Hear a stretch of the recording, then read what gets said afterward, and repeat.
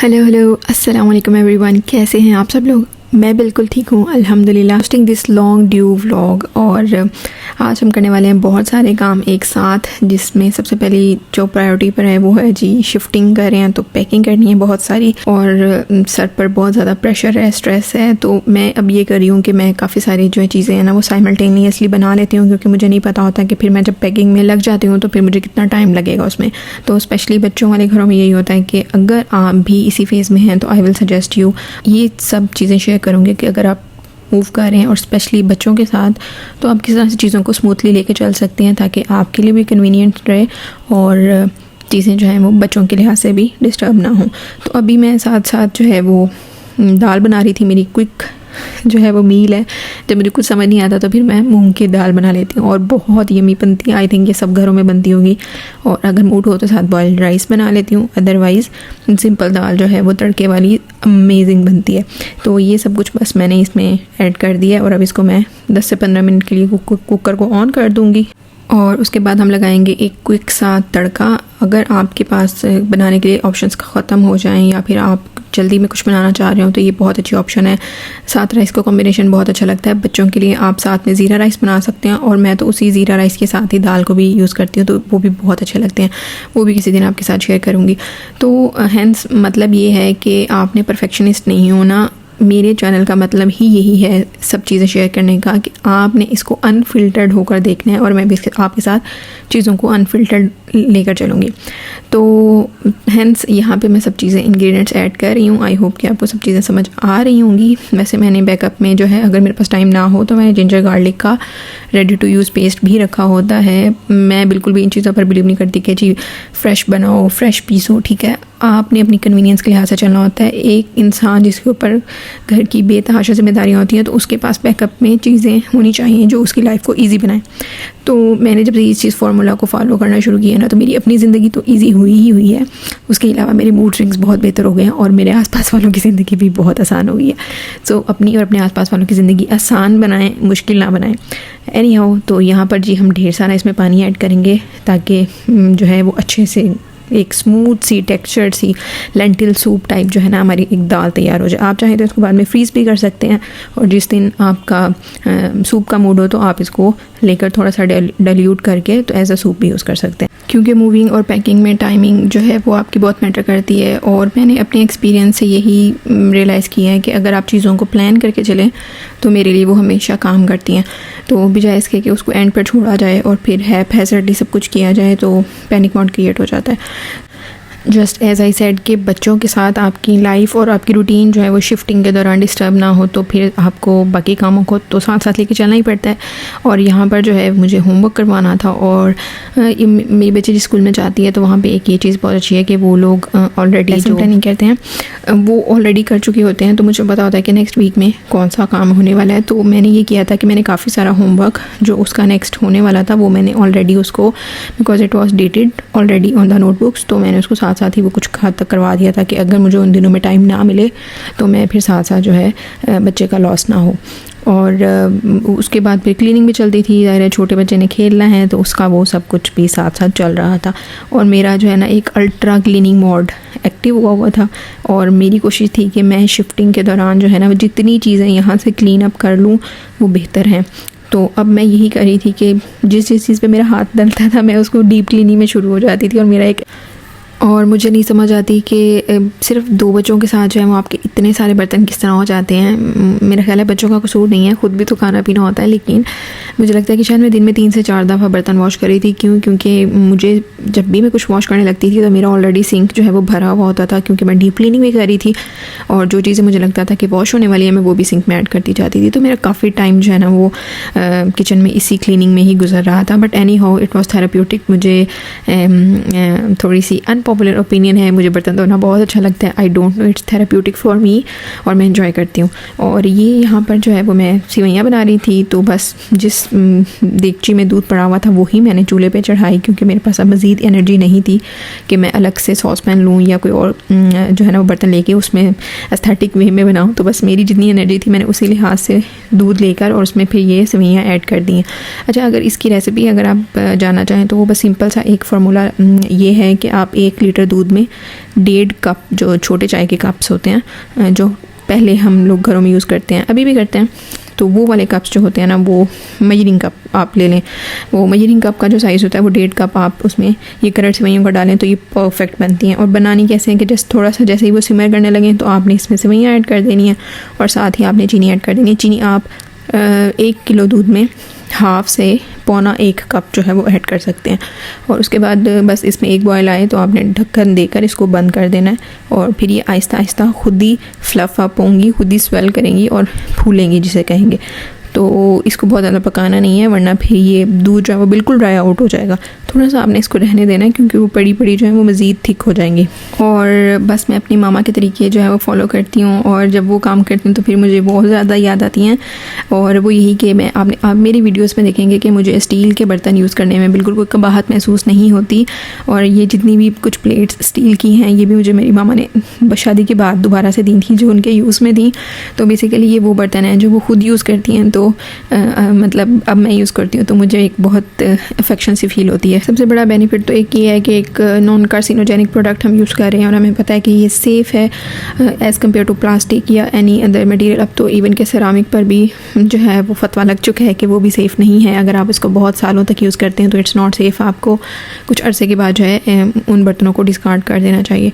तो ये मेरे ख्याल है कि हर लिहाज से जो है वो बेहतर ऑप्शंस हैं। हमें अपने पुराने तरीक़ों पर ही वापस जाना पड़ेगा अल्टीमेटली, जो हमने दुनिया के साथ मतलब कि प्लैनेट अर्थ के साथ कर दिया है।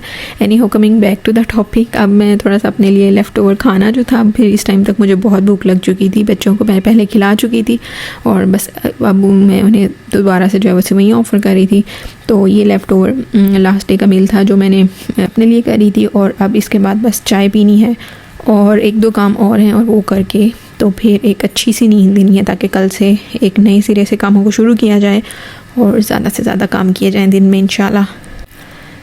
ये बॉटल मैंने लास्ट ईयर 11/11 सेल से दराज से ऑर्डर की थी और उन सब प्रोडक्ट्स में जो मैंने दराज से ऑर्डर की थी इट वाज अबाउट एक्सपेंस हमारा बना था क्योंकि हमने काफ़ी सारे अप्लाइंसेस भी ऐड किए थे। तो इस वजह से जो कि हम काफ़ी टाइम से प्लान कर रहे थे उसके बारे में भी मैं नेक्स्ट कभी किसी ब्लॉग में शेयर करूँगी। तो ये बॉटल जो है ना उसमें मुझे बहुत पसंद आई थी क्योंकि 2 लीटर की कैपेसिटी है और इसमें आप आराम से सारा दिन पीते रहें। आपको एक एस्टिमेट रहता है कि आपने कितना पानी जो है वो इनटेक किसका कर लिया है। वाली जो मेरी परचेज़ है ना आटा गूंदने वाली मशीन की, ये भी मैंने दराज से ली थी और मेरा एक्सपीरियंस अल्हम्दुलिल्लाह बहुत अच्छा जा रहा है। मुझे रफली 1 साल प्लस होने वाला है।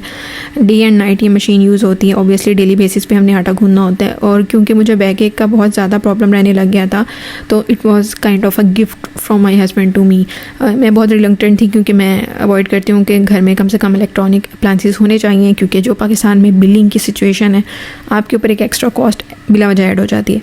लेकिन इट वॉज नेसेसिटी क्योंकि अगर आपकी हेल्थ कॉम्प्रोमाइज़ हो रही हो तो मेरा ख्याल है कि इस तरह की इलेक्ट्रॉनिक्स में इन्वेस्ट करना इज़ अ सेन डिसीजन, जो कि मुझे अब बहुत अच्छे से फ़ील होता है क्योंकि मेरी लाइफ बहुत आसान हो गई है। तो अल्हम्दुलिल्लाह अगर आप ये लेने का सोच रहे हैं या अगर आप इसमें इन्वेस्टमेंट करना चाहते हैं या अगर आप बेटियों के लिए या किसी के लिए भी कोई अच्छा गिफ्ट ऑप्शन सोच रहे हैं तो ये बहुत अच्छा जो है ना वो एक ऑप्शन है जिसकी यूटिलिटी बहुत ज़्यादा है। जो अगर कोई पर्सन जो कि फ़िज़िकली हेल्थ वाइज थोड़ा सा इफ़ेक्टेड है या जिसको ज़रूरत है इस तरह की असिस्टेंस की, तो बजाय इसके कि दूसरों पर डिपेंड करने के आप इस तरह की डिवाइसेस और अप्लाइंसेस में इन्वेस्ट करें ताकि आप अपने काम खुद कर सकें।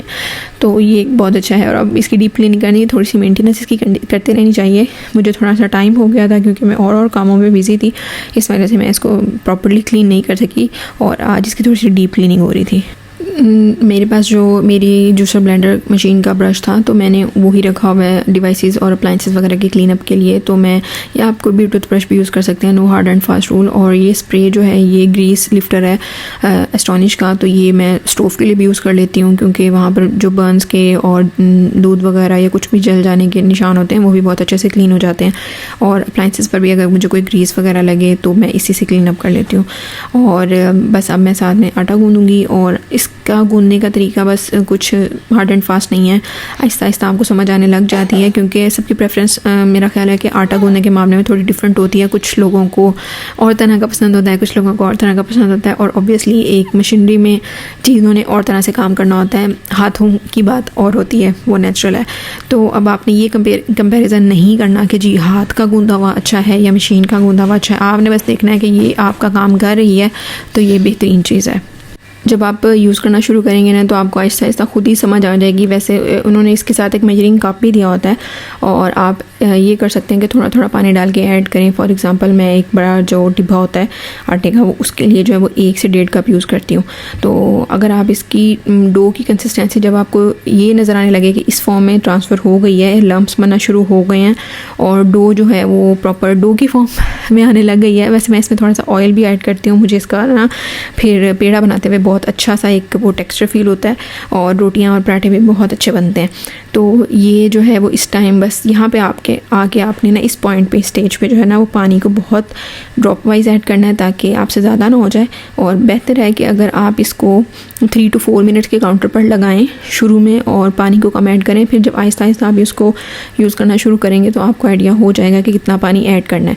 कहने का मतलब ये है कि आपने शुरू में पानी कम ऐड करना है और टाइम 4 मिनट का दे के स्टार्ट करना है, और आपको समझ आ जाएगी कि कितना पानी यूज़ होता है फर्स्ट टाइम में। मैं जो हूँ इसमें सॉल्ट ऐड नहीं करती। कुछ घरों में नमक बहुत पसंद किया जाता है आटे में, तो अगर आप पसंद करते हैं तो आप इसमें वो भी ऐड कर सकते हैं। तो ये मैंने 4 मिनट के टाइमर पे इसको लगा दिया है, और ये इसकी लिड में भी होल होते हैं। अगर आप चाहें तो आप ऊपर से भी पानी एक ही दफ़ा डालकर छोड़ सकते हैं, ताकि वो खुद ही जो है वो बनती रहे। लेकिन मैं तो लिड रिमूव करके उसको डायरेक्टली सर पे खड़े होकर बनाती हूँ, क्योंकि मैंने कभी उसको थिक रखना होता है, कभी थिन रखना होता है। मिसाल के तौर पर अगर मैंने उसको इमीडिएटली यूज़ करना है तो मैं उसको थोड़ा सा थिक रखती हूँ, ताकि ईज़िली पेड़े बन जाएँ। और अगर मैंने उसको फ्रिज में रखना हो और पहले गूंद के रखना हो तो मैं उसको थोड़ा सा नॉर्मल भी रखूँ, मतलब थोड़ा सा सॉफ्ट भी रखूँ आटे को, तो फिर मेरे लिए प्रॉब्लम नहीं होती। तो बस इसका थोड़ा सा मैसी पार्ट ये है कि आपको इसका ये जो टूल है जो उसके अंदर लगता है, इसको थोड़ा सा क्लीन अप करते हैं में थोड़ा सा प्रॉब्लम होता है। अदरवाइज़ कोई सफाई वगैरह का मसला नहीं है। शुरू में मुझे लग रहा था कि इसको क्लीनिंग इसकी बहुत मुश्किल है, लेकिन जिस तरह आप इसको यूज़ करते हैं आपको आटा गूंदने की स्किल आती जाती है, इन्हेंस होती जाती है, और आपकी मशीन कम से कम जो है वो मैसी होती है। और जहाँ तक बात रही इसकी इलेक्ट्रिसिटी कंजप्शन की, जो कि मेरा एक बहुत बड़ा कंसर्न था कि जी बिल बहुत ज़्यादा ना आ जाए, कंफर्ट का क्या करना है, लेकिन अल्हम्दुलिल्लाह कुछ इतना ज़्यादा डिफरेंस नहीं फ़ील हुआ। और क्योंकि ज़ाहिर सी बात है आपकी यूसेज पे है कि आप कितना यूज़ करते हैं, और इसमें आप मिनिमम, मैंने जब इसको स्टार्ट किया था यूज़ करना तो मैं 4 से 4.5 मिनट पर भी यूज़ करती थी, और अब मैं अल्हम्दुलिल्लाह 2.5 से 3 मिनट में जो है वो आटा मेरा गूंदा जाता है। तो बेहतरीन किस्म का जो है वो यूज़ होता है, और ज़रूर ट्राई करिएगा। अब साथ साथ किचन क्लीनअप चलता रहेगा, और बस अब मेरा फेवरेट टाइम था चाय बनाकर बच्चों को सुलाकर मैंने आराम से जो है ना यूट्यूब पर कुछ देखना था अपने फेवरेट क्रिएटर्स को, और बस यही मेरी थेरेपी होती है सारा दिन के काम के बाद, बच्चों के टाइम के बाद। एंड पे थोड़ा सा मी टाइम जो है वो बहुत ज़रूरी होता है। अगर आज का व्लॉग अच्छा लगा है तो थम्स अप देना ना भूलिएगा, और मुझे कमेंट्स में ज़रूर बताइएगा। टिल नेक्स्ट टाइम, अल्लाह हाफिज़।